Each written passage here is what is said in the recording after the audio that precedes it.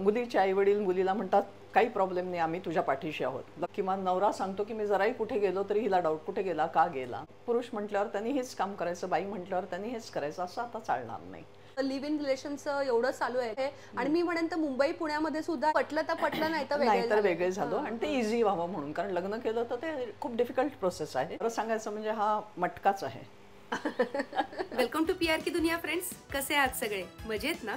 मी प्रणाली तुमच्या सगळ्यांचं मनापासून स्वागत करते. आज आपण भेटणार आहोत डॉक्टर अरुणा तिजारे यांना. आपण लाईफ पार्टनर निवडणं तिकडे सुद्धा कसं जिंकायचं, की कारण त्याच्यासोबत तर बरेच ऑप्शन असतात. खरं सांगायचं म्हणजे हा मटकाच आहे. कारण शेवटी वेळेवरच कळतं, कारण बाहेर तर सगळेजण चांगलंच दाखवू शकतात. इनफॅक्ट लव्ह मॅरेज म्हटलं तर इतका थोडा वेळ भेटत असतात की ते चांगलं त्यांचं क्वालिटीज दाखवू शकतात.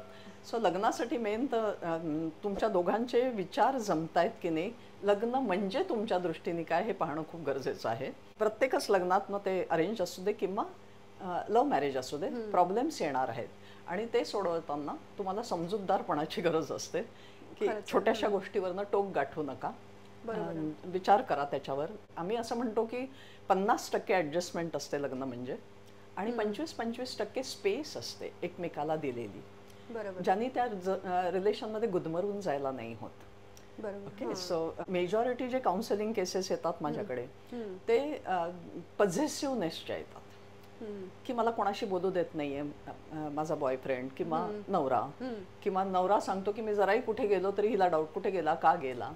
तर हे तुम्ही तुमचंच मॅरिटल लाईफ चोक करता आहात. बरोबर. त्याचाच गळा होतो. तर स्पेस महत्वाची आहे रिलेशनमध्ये, आणि अंडरस्टँडिंग, समजूतदारपणा. मग आजकाल लिव्ह इन रिलेशनचं एवढं चालू आहे आणि मी म्हणेन तर मुंबई पुण्यामध्ये सुद्धा या गोष्टी खूप घडतात. मग ते कितपत योग्य आहे असं वाटतं?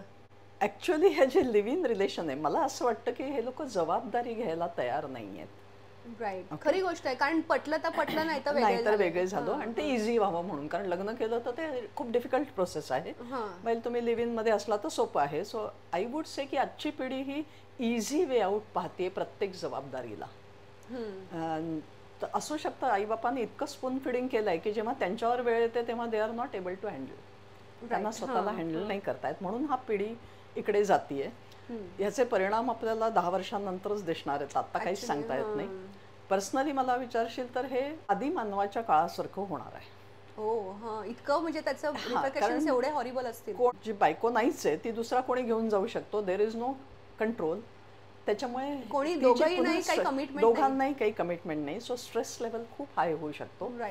त्याच्यापेक्षा जबाबदारी शिकवा ना मुलांना. जेव्हा एखादी कमिटमेंट घेतली आहे ती पाळायची, कारण त्यातच आपली ग्रोथ असते. तुम्ही पाहाल तर आता आदिमानवाच्या काळात जेव्हा लग्न नव्हती तेव्हा माणूस ग्रोथ होत नव्हता, तो प्राणीच होता इतर प्राण्यांसारखा. बरोबर. लग्न झाल्यानंतर म्हणजे लग्न हा माइलस्टोन आहे की ज्याच्यानंतर ॲक्च्युली व्यक्ती असं वाटायला लागलं की मी वर चढायला हवं माझ्या बायकोसाठी, माझ्या मुलांसाठी, किंवा कोणीतरी आहे जे मला ॲप्रिशिएट करेल. आता ही भीती गेली की ही कुठे चालली जाईल का, किंवा हा कुठे चालला जाईल का. सो खऱ्या अर्थाने जी माणसांची ग्रोथ झाली आहे प्राण्यांपासून ती लग्नामुळे झाली. म्हणजे पार्टनर चेंज करणं हा प्रकार सुद्धा खूप यंग पिढीमध्ये मी मला थांबवता येणार नाही, पण याचे परिणाम माहिती आहेत. हो ऍक्च्युली, आणि हे खरंच समजून घ्यायला पाहिजे आजच्या त्यांच्या आई वडिलांनी सुद्धा, आणि सो दॅट ते मुलांना सांगतील. आणि लग्नानंतर सुद्धा मग असं होतं की बरेचदा प्रकरण डिवोर्स पर्यंत येतं. अगदी आपण तर म्हणतो अगदी लव्ह मॅरेज झालेल्यांचं पण लवकर डिवोर्स होतात. मग त्यामध्ये सुद्धा त्यांना असं असतं की नाही मी बरोबर आहे किंवा तो बरोबर आहे, किंवा दोघंही एकमेकांच्या, कारण दोघंही कमवतात आजकाल. मेन काय आहे की लाईफमध्ये तर पैसा हवाय, आनंद हवाय, रिलेशनमध्ये जिंकायचं आहे, तर मग त्यासाठी याच्यात दोघांनाही समजूतदारपणाची गरज आहे. लग्नाच्या आधीच तुम्ही ठरवलं की कोण काय करणार आहे. आजकालची मुलं मी पाहते ज्यांची चांगली चालली आहेत लग्न, त्या लोकांना माहिती असतं की बायकोला आता जास्त काम आहे तर नवरा मुलांची जबाबदारी घेतो, नवऱ्याला काम आहे तेव्हा बायको घेते, त्यांना काहीच प्रॉब्लेम येत नाही खरी गोष्ट जीवनामध्ये. पण ज्यांना हे नाही जमत की बाबा पुरुष म्हटल्यावर त्यांनी हेच काम करायचं, बाई म्हटल्यावर त्यांनी हेच करायचं, असं आता चालणार नाही. कारण मुली आता तेवढ्याच प्रगत झालेल्या आहेत आणि तेवढ्याच सक्सेसफुल झाल्या आहेत. हो बरोबर. आणि त्याही सोडायला तयार नाही आहेत. तर दोघांना मिळून कॉम्प्रोमाइजच करावे लागतील. आणि आय गेस याच्यासाठी तुमच्या फॅमिली मेंबर्सनी त्याच्यात इंटरप्ट करायला नकोय असं मला वाटतं. अजिबात नाही. हां, कारण शेवटी म्हणजे असं म्हणतात ना, काही मुलीचे आई वडील म्हणा किंवा मुलाचे आई वडील म्हणा, ते जर त्या दोघांच्या लाईफमध्ये आले तर असं म्हणतात की मग ते तू नाही, तू असं कर, नाही त्याला असं करू दे. म्हणजे त्यापेक्षा असं आहे की त्या तुम्ही दोघांनी डिसाईड करा आणि मग हे करा. अगदी बरोबर बोललीस आहे. मेजॉरिटी ज्या केसेस येत आहेत त्या सगळ्या हां, केवळ आई वडील मध्ये आले म्हणून, आयदर मुलीचे किंवा मुलाचे. बरोबर. हां, बाकी त्यांना त्यांचा काहीच प्रॉब्लेम नसतो किंवा ते सोडवून घेतात त्यांचा. बरोबर आहे. तर आई वडिलांनी मध्ये न पडलेलं बरं. तोच ॲडवाईस द्यायला हवा आई वडिलांना की लग्न करून दिलंय तर खूप मेजर प्रॉब्लेम येईस्तोवर मध्ये पळू नका.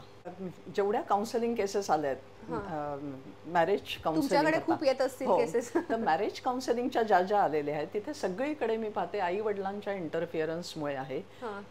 मुलीचे आई वडील मुलीला म्हणतात काही प्रॉब्लेम नाही, आम्ही तुझ्या पाठीशी आहोत, लग्न करून दिलं म्हणजे आमची जबाबदारी संपत नाही. मुलगी असते बरेचदा. किंवा मुलाचे आई वडील त्याला म्हणतात काय बायल्यासारखं करतोयस आणि हे काय करत बसलायस म्हणून, किंवा ते त्याच्या घरात जो तिला त्रास होतोय तो समजून घेत नाही म्हणून.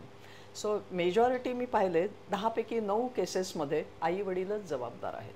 बरोबर. त्यांना जगू द्यावं असं मला वाटतं की दिस इज द फर्स्ट स्टेप. त्याच्या पुढे इतर प्रॉब्लेम असू शकतात. मेजर असले तर तुम्ही पहा आणि रादर कसं एकत्र येईल हे पहा, रादर दॅन फूस लावण्यापेक्षा. खरं गोष्ट आहे. हा, कारण आपल्याला शेवटी त्यांचं हॅपी लाईफ बघणं हेच महत्त्वाचं आहे. मॅडमकडनं आपण रोज नव्या विषयावर जाणून घेणार आहोत, त्यामुळे आपलं चॅनल नक्की सबस्क्राईब करा.